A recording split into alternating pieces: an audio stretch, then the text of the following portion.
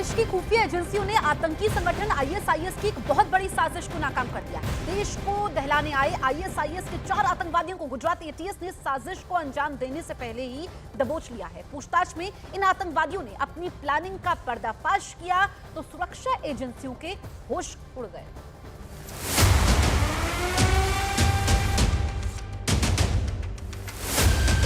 ISIS के सबसे बड़े प्लान का पर्दाफाश, देश को दहलाने की सबसे बड़ी साजिश नाकाम। आईएसआईएस ने भारत भेजे 4 फिदायीन आतंकी, मोहम्मद नुसरत, मोहम्मद नफरान, मोहम्मद रसदीन, मोहम्मद फारिस। आईएसआईएस के यही वो 4 आतंकी हैं जिन्हें 4 महीने की ट्रेनिंग के बाद भारत को दहलाने भेजा गया। इन आतंकियों की देश में बड़ी तबाही मचाने की प्लानिंग थी। इनकी हिट लिस्ट में हिंदू नेताओं के साथ साथ बीजेपी और आरएसएस के कई बड़े नेताओं के नाम थे। इसके अलावा इन्हें टारगेट किलिंग का काम भी सौंपा गया था। यहूदी इलाके इनके टारगेट पर थे। एटीएस ने अहमदाबाद एयरपोर्ट से ही इन 4 आतंकवादियों को गिरफ्तार कर लिया। 14 दिन के रिमांड पर भेजे गए इन 4 आतंकियों ने पूछताछ में कई चौंकाने वाले खुलासे किए। 4 आतंकी श्रीलंका के नागरिक हैं। भारत में घुसने के लिए ये फ्लाइट के जरिए श्रीलंका से चेन्नई पहुंचे और वहां से अहमदाबाद के लिए उड़ान भरी। लेकिन इससे पहले कि 4 अहमदाबाद एयरपोर्ट से निकलकर भीड़ में खो जाते, गुजरात एटीएस ने इन्हें एयरपोर्ट पर ही धर दबोचा। इन आतंकियों के पास से मेड इन पाकिस्तान हथियार मिले हैं।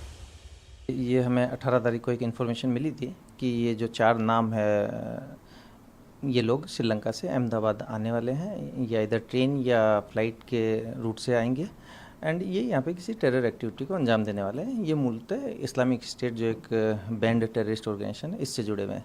तो इस इन्फॉर्मेशन पे हमने वर्कआउट किया। इन 4 आतंकियों को केवल तमिल भाषा आती है, हिंदी और अंग्रेजी भाषा ये समझ ही नहीं पाते। चेन्नई से अहमदाबाद पहुंचने के बाद 4 आतंकवादी अपने पाकिस्तानी हैंडलर्स के फरमान का इंतजार कर रहे थे। अहमदाबाद में इनके पहुंचने से पहले ही हथियारों का इंतजाम हो चुका था।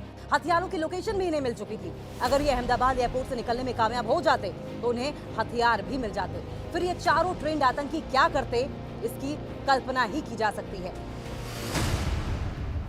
आतंकियों के पास से 2 मोबाइल फोन, 4 के पासपोर्ट, श्रीलंकाई और भारतीय मुद्राएं बरामद की गई हैं। उसके एक सूटकेस में आईएसआईएस का झंडा भी मिला है।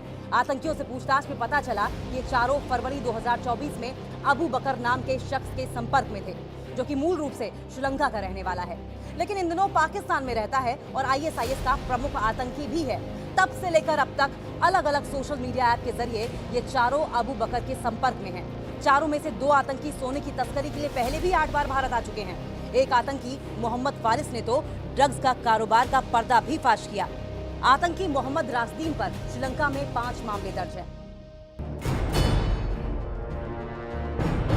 पिछले 10 सालों में पाकिस्तान से भेजे गए आतंकी कश्मीर की सीमा नहीं पार कर पा रहे हैं। इसीलिए आईएसआईएस ने इन्हें श्रीलंका के जरिए भारत में दाखिल कराना चुना, ताकि वहां से 4 आतंकी आसानी से भारत में दाखिल हो जाएं और अपने नापाक मंसूबों को अंजाम दे सकें। लेकिन आतंकी संगठनों की हर हरकत पर बारीक नजर गड़ाए बैठी भारत की खुफिया एजेंसियों ने आईएसआईएस की इस नई साजिश को भी डिकोड कर लिया और भारत में घुसते ही इन्हें धर दबोचा।